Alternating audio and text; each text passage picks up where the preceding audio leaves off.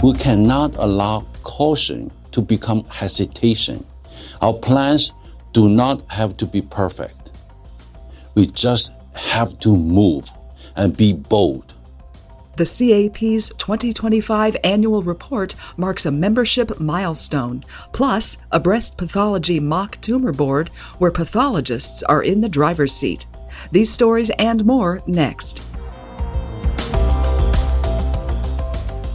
This is Path News Network Daily Edition from the College of American Pathologists. I'm Elizabeth McMahon. It's Thursday, May 7th. The CAP released its 2025 annual report this week showing a growing membership base, expanded programming, and strong lab quality and oversight programs. For the first time, the CAP grew to more than 20,000 members, a milestone that CAP President Dr. Jim Zhai says demands a forward-thinking approach. We launched the membership era, personalizing how we serve you and asking a simple question. What do our members want? And we listened, but we must also face the challenges ahead. Healthcare is changing rapidly. Costs are rising, laboratories are consolidating as hospitals merge. What worked in the past will not be enough for the future. So we must evolve. We must innovate. The annual report showed solid growth in two key areas: laboratory accreditation and proficiency testing, and external quality assessment programs. The CAP released 21 new assessment programs and accredited 8,400 laboratories worldwide. Members also used their voices to shape policy, securing a win for access to timely diagnostic testing, among other achievements. Dr. Zhai emphasized that the CAP is ready to meet rapidly evolving opportunities in healthcare, including integrating AI into laboratory medicine, inspections, and proficiency testing. Go to the About section on the CAP homepage to find the 2025 annual report.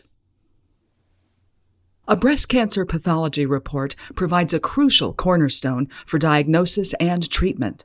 But what happens after the report leaves the lab requires a team effort involving partners in surgery, medical and radiation oncology, and radiology. On May 20th, the CAP's new multidisciplinary breast pathology mock tumor board will put pathologists into direct discussion with those partners.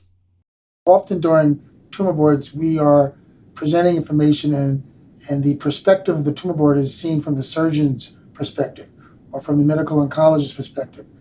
But this would be an opportunity to present cases where we might have questions as pathologists about why surgery is doing something, why medical oncology is doing something in a particular way. That's Dr. Bradley Turner, a tumor board faculty member and professor of pathology and laboratory medicine at the University of Rochester Medical Center. He says that during the live-streamed webinar, pathologists will present 6 challenging cases, followed by discussion among subspecialists on treatment approaches. There will also be lots of Q&A with attendees. Dr. Turner says pathologists at all career stages can hear useful perspectives, especially in cases where there's uncertainty. He cites ductal carcinoma in situ, or DCIS, versus atypical ductal hyperplasia, or ADH, as examples.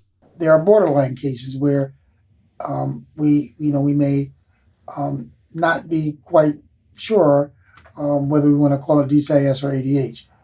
And it may be important to the clinician to know about this uncertainty because if we call it DCIS, it potentially may mean radiation or more surgery. If we call it ADH, it may mean nothing, no further treatment.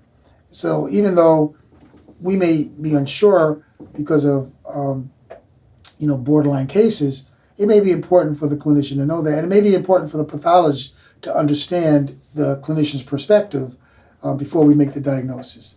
Register for the mock tumor board and learn more about the available CME credits at the link on the CAP homepage.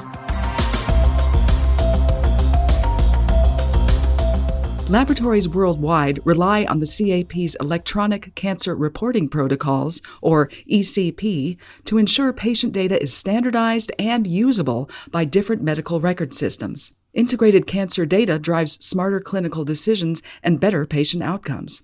This month, ECP's role in reshaping patient care and research will be the focus of a CAP-led panel at the Association for Pathology Informatics Summit running May 18th through 21st in Minneapolis. Dr. Mary Edgerton, a professor at the University of Nebraska and a longtime leader in pathology information science, is moderating the session.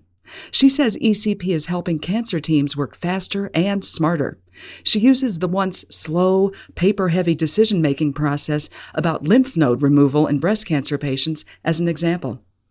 We don't have to go record by record, person by person, and read through that pathology record and a second pathology record and put that data together. And let me tell you, that is very time-consuming. We can actually just extract this data as long as it's put in carefully. Dr. Edgerton says collecting data that's standardized and usable by different IT systems is critical as AI makes its way into the field. She hopes the hour discussion inspires pathologists about the future. I'd like to see them go back and tell their pathologists, this is why you're doing it, because this is the progress that we have made. This is where we're standing and being able to look at something and say something, and this is what we're going to be finding out in the future, and you are a part of it by adhering to these standards and helping us collect this data. Find details about attending the Association for Pathology Informatics Summit this month in the show notes. The CAP will host its own Cancer Data Summit at CAP 26 at the Wynn Las Vegas in October. And finally, the New York Times this week spotlights the evolving role of medical examiners, some of whom are finding themselves on the front lines of the synthetic opioid epidemic. The story follows the work of the chief medical examiner in Knoxville, Tennessee.